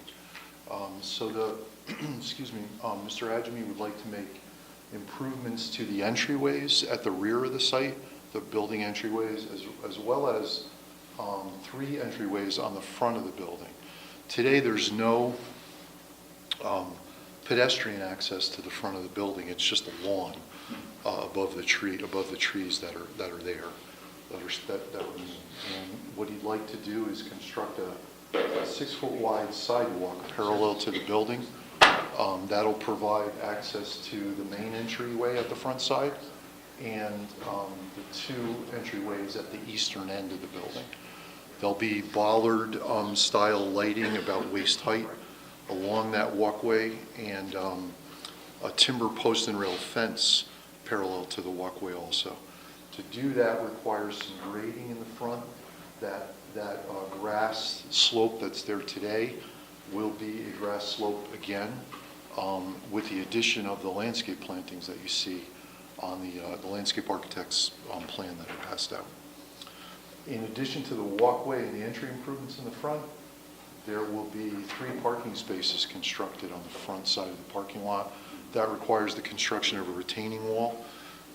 Instead of leaving the exposed height of the retaining wall is about 8 feet in height, instead of leaving that exposed height of concrete, we filled up against it so that the exposed height is only 2 feet to about 3.5 feet. And there'll be landscape plant material in front of that wall also. And you can see that on the landscape plan also. In the rear, there's a new entryway that Mike Burke will go over that extends out from the building, provides accessible access to, there's 5 floors in the building, 5 different floor levels. So we've tried at Mr. Adjemi's request to provide, to make as many of those 5 levels meet accessibility standards.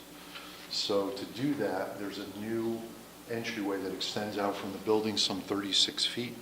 That'll provide accessible access to one of the building floors. And there are 1 or 2 other entryways that will be made accessible by, in one case, a sidewalk, and in one case, an accessible ramp. So all the improvements on the back side of the building all have to do with making as many of those floor levels accessible as we can. The lighting in the back, there's 3 parking lot lights. They will have house side shields on them. There are 2 homes to the rear, if you're familiar with the site, the residential subdivision to the rear. So those parking lot lights will meet the requirements of the International Dark Sky Association. They won't have uplight, they won't have glare back towards the residents. They'll have house side shields on them. The only other lighting in the rear will be the same waist height bollard lighting that will be in the front. Highlights on all night, or do they go off? They will go off after business hours. Actually, Andrew, can you speak to what you think the normal business hours might be when you would occupy the building? Well, normal business hours are typically 8:30 to 5:30. However, in the wintertime, we might be staying to 7 o'clock or 8 o'clock, doing some things and whatnot, so it wouldn't be past 8 o'clock. So we could, if you agree, we could commit to some time that these lights would go off. There's no need for them to be on all night. They'll be at the building entrances. There'll be lighting required by code. Excuse me. That'll provide some security lighting also. Similarly on the front side, the 3. Will the lighting change substantially from what is there now? Today there is only bollard lighting on the rear side. So on the front side, the bollard lighting will be brand new. On the rear side, there is some bollard lighting. There'll be more in this proposal, and there'll be 3 parking lot lights only at a 12-foot height that don't exist today. So there are not any 12-foot height lights there now? Okay. Correct. There's no parking lot lighting actually today. Right. Probably safe. Has the lighting been broached to the neighbors? Excuse me? Has the lighting been broached to the neighbors? No, we haven't talked to the neighbors. I was very careful with the lighting to provide just enough light level, about 2-foot candles in the parking lot. The bollard lights provide about 0.2. The bollard lights provide about 0.1 foot candles. The bollard lights you can twist the lens, the luminaire, so that on the street side, when you're driving down Route 1, you don't see the actual lamp, you don't see the luminaire. Well, it's 4 feet in height. About waist height, about 3.5 feet. Yeah, yeah. They're small, like 4-inch diameter cylindrical lights, and the 3 parking lights are only 12 feet high. All LED, all energy efficient, and again, they won't be on all night. And there's no spillage on the residential properties. So those are the improvements in a nutshell. Again, all with regard to providing accessibility to as many floor levels as we can, and there'll be aesthetic improvements. Because it's a 40-plus-year-old building in sight, it kind of is in need of an upgrade. Mike, could you just point out that the previously approved driveway will still work with the majority of the grading plan? Yes, I don't know if you recall, I was here once for the driveway approval, and we made sure, I actually sent a plan to Kevin this morning, we made sure that driveway works with these improvements, so that if Mr. Adjemi decides to construct that driveway and these improvements, it'll all work together. I think that's it for the site improvements, other than the landscape architect's not here tonight, but that's his conceptual landscape plan for the front of the site, and we brought that to as Ed said, to the design review committee last I'm just week. curious, are you removing any trees on the Route 1 side, or is this pretty much? Some of them, correct, Andrew? Trees like that.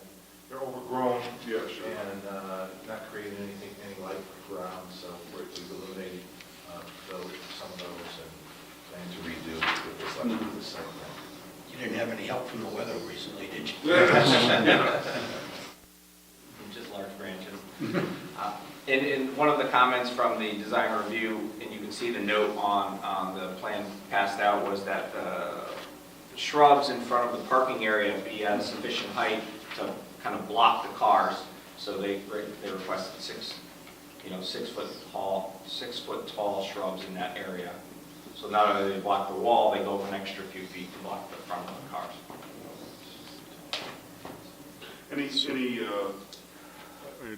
I've been going by that building for a long time. Any improvements to the very entrance of the driveway to Route 1 in terms of just visibility, looking west, east, to pull out safely? For the new driveway, we had to go get an encroachment permit, from the Connecticut DOT, and that will require minor clearing within the highway right-of-way in both directions to improve intersection sight distances.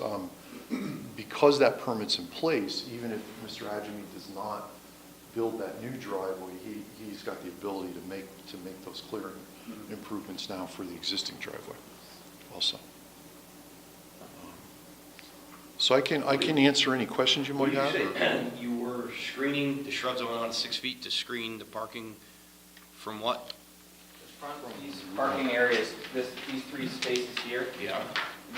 when you're looking up the hill, there will be cars sitting there in those 3 spaces. So the front bumpers, this was our discussion at design review, they wanted taller shrubs in that location to try to... Yeah, people are going by at 35 miles an hour. They're not going to be. Or more than that. Or more. Yeah.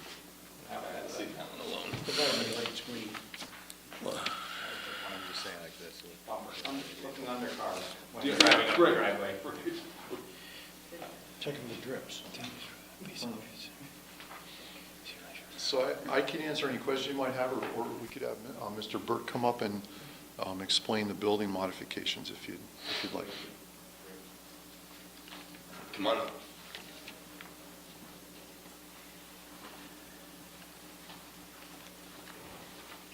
Good evening, I'm Michael Burke from MRJB Home Designs in Derby, and I was asked to improve the look of the building. Basically, on the street front side is what I'm calling, is basically we're adding a covered porch area, just to keep everybody from the weather, and we're redoing the walkway because it's old, it's falling apart anyway. And we just wanted a better look coming up as you're going by all the time. So it's minor to the front. We put some trim around the windows just to dress it a little bit. Now, when we're talking the back changes, we're removing an existing access deck here and putting in a new and getting a better access out. This is going to be the bridge area coming from the parking lot. As you can see, it was just windows, and there's no way to get up there. So this is going to be a ramp from the driveway here up to the finished floor. Steps or? No, it's a ramp. It's 36 feet long, and it rises about 34 inches. The best we can do to make it accessible for everybody as possible.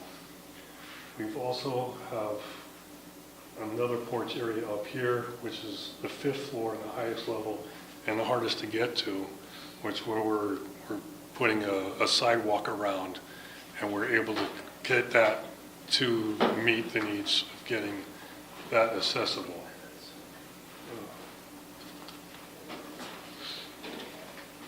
This is showing the side of the building as you come up the driveway. Basically, the new deck we're putting in, the ramp at which, and we're calling it a bridge, an access bridge. It's all covered and keep it from the elements. And you can see here's the driveway portion, and it's going to slope up, like I said, the 34 inches to get to the door, because all this in here is basically a ravine, and having to fill that to try to balance out the levels is kind of crazy cost-wise. And this is also the main entry from the rear, but they also call it the front of the building. And we're doing a sidewalk down that will meet accessibility into the main entry of the door, entry of the building. So we're taking a 5-floor building and making it accessible on all the floors, which kind of was a nightmare, but we talked about this and we were going to make it work, and that was our goal, is to make it work. And any questions? We're looking at painting it bone white. It's going to stand out as you look from the street side. Was it originally wood? Yeah, wood. It's a vertical wood siding. And did you going to paint it or tear it off? We're going to keep that. We're going to paint it. And that's what we're doing right now. How many cars are going to be parked there, coming and going on a regular basis, about? For my firm, we have half a dozen or so employees, and then clients that will be coming in maybe, one every hour or two every hour, that kind of thing. But then there's also parking at the top level. Whatever tenants that I have there, I'm not sure what they're going to have as needs in regard to parking. But there's, I forget, it's about 30 parking places total right now, or About 30, yeah. in that vicinity. George, that meets the requirements for the square footage and 3 per 1,000. What's the square footage of the building? The occupied? About 8,500. Yeah, so that's about right. 25 spaces would be about what's required. Right. But you're not, this isn't a new building, this is an existing building. Existing office converted to office. You're going to have like visitor spaces if you have clients coming? Yeah, okay. There's a letter here from Kevin McGee that I'm going to read into the record. It says the applicant is proposing site improvements which include parking, walkway, site stairs, lighting, and landscape improvements. The applicant has completed the checklist to guide low-impact development best management practices and is utilizing several items related in the landscape plan. The plans for the project have sedimentation and erosion control procedures that are in compliance with 273-97B subsection 6 of the zoning regulations. In order to make sure that the natural resources are protected, I recommend the following conditions of approval. First, the Town of Guilford zoning enforcement officer shall be notified to inspect the sedimentation and erosion control measures prior to any site work. Soil stockpiles should be contained by silt fencing and/or hay bales. Soil erosion and sedimentation control measures shall be maintained until vegetation is established or suitable material is installed to the satisfaction of the zoning enforcement officer. And second, Any proposed outdoor lighting fixtures be downward-facing fixtures as dark sky-friendly lighting, which you've already addressed. You don't have a problem with either of those conditions? There, we have some other conditions that I just would like to run by you before we read this in. There are 3 conditions here from, I guess it looks like it's from the Design Review Committee, or 2, I'm sorry. The first is that based on the review of the Design Review Committee, the applicant consider additional shrubbery around the car park, site lighting be 3,000 K or warmer, and provide final details of the building designs and parking lot lights to the DRC. Okay, and then prior to issuance of the certificate of zoning compliance and occupancy of the renovated building, all site work, including landscaping, be completed, or in lieu of completion of landscaping, a bond be posted to guarantee the completion of landscape work.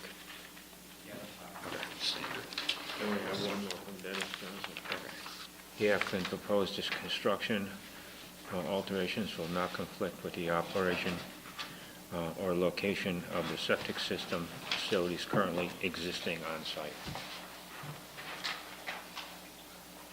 I'll make a motion, if there aren't any other questions. Voted that the Guilford Planning and Zoning Commission approve a site plan revision for Andrew Agmi at 1570 Boston Post Road, map 52, lot 13-16, as shown on the following proposed site improvements land of Bethel 1570 LLC.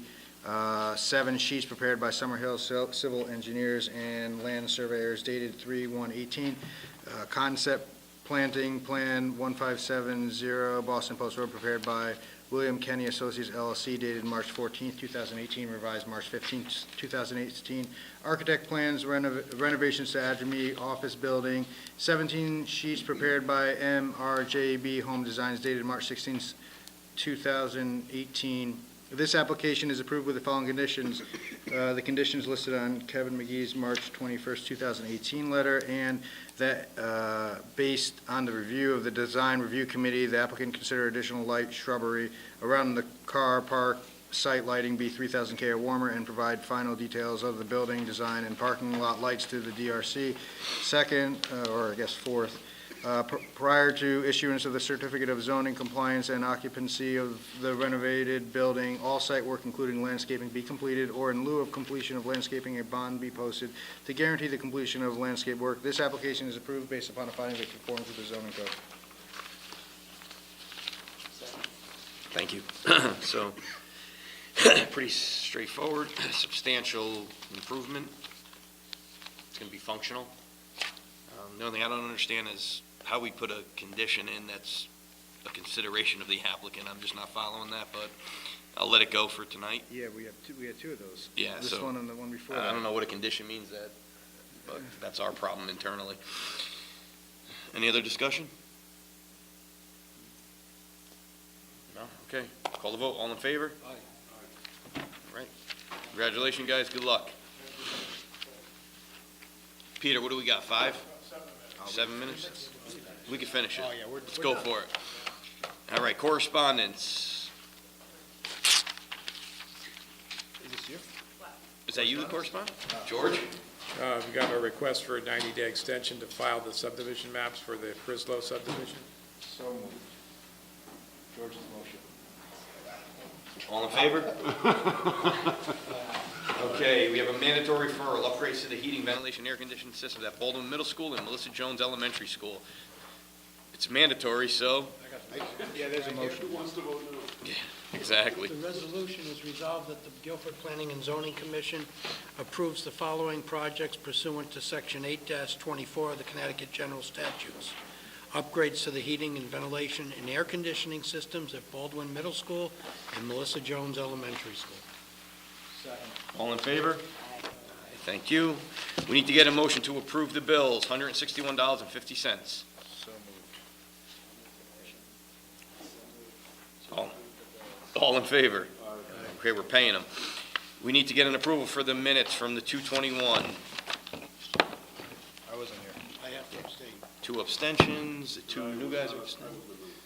We have So- enough people here? We only have 3 people. That wasn't a peanut gallery, that's right.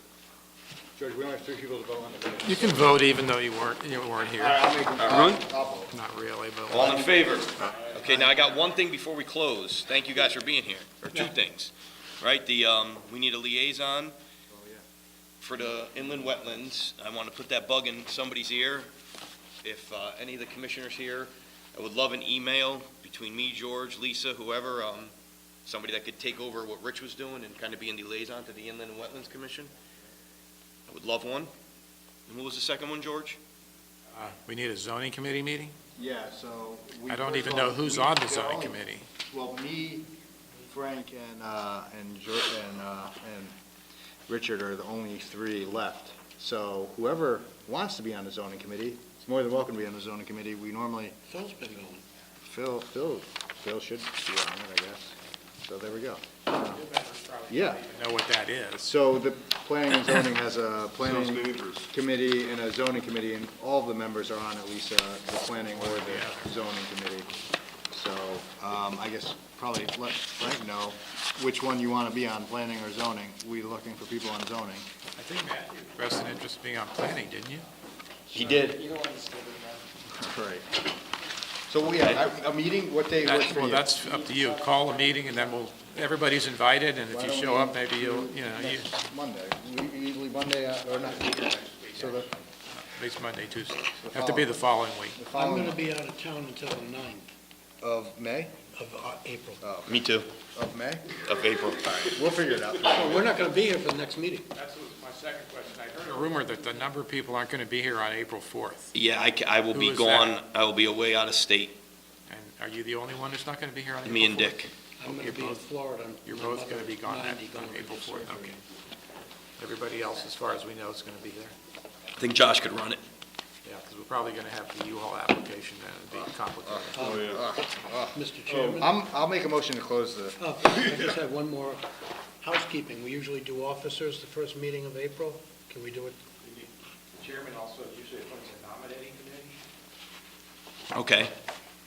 Do I do that today? I don't know. Okay, whenever well, you one, want. could we make it, could we do that on the second meeting, the 18th? Yeah, right, you can do that. Well, doesn't our bylaws state something different? I don't know, actually. I think we had this issue once We before. discussed this before. Yeah, and the resolution was. I can't remember. Guy in a wheelchair before. Aaron's looking at the bylaws right now. What do we got, 2? 3. Annual organization meeting shall be held on the first regular meeting in April, at which time revisions may be made in the bylaws and officers shall be elected.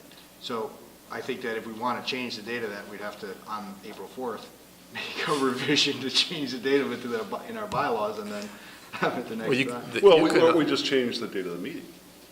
No, that's We can't really, do that. that's very That's very complicated. complicated. The candidates don't have to be there at the meeting. You can still vote whoever they're going to be, whether they're there or not. In fact, even better, maybe vote somebody who isn't going to be there. Nominations shall be We made. could, I'm not we'll worried just, about yeah, we could just have the meeting. Have the meeting. We'll have the meeting. It's probably You're the same. nominating committee, so. Okay. The committee of one. There we go. Okay, I'll make a motion to close the public, to adjourn. all in favor? All right, thank you, guys. That was a long, good How long somebody. could that meeting have been, George? That could have We been here long. until what